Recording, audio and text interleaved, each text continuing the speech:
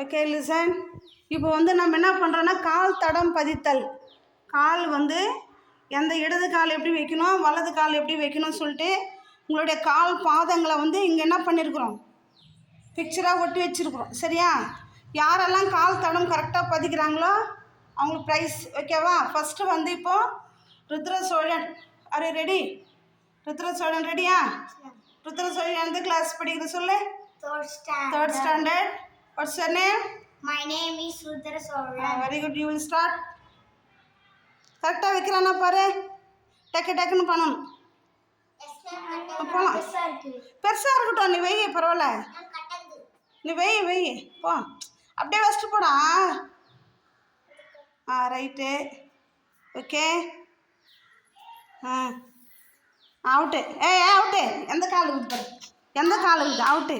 இந்த கால் தானே வைக்கணும் அங்கே.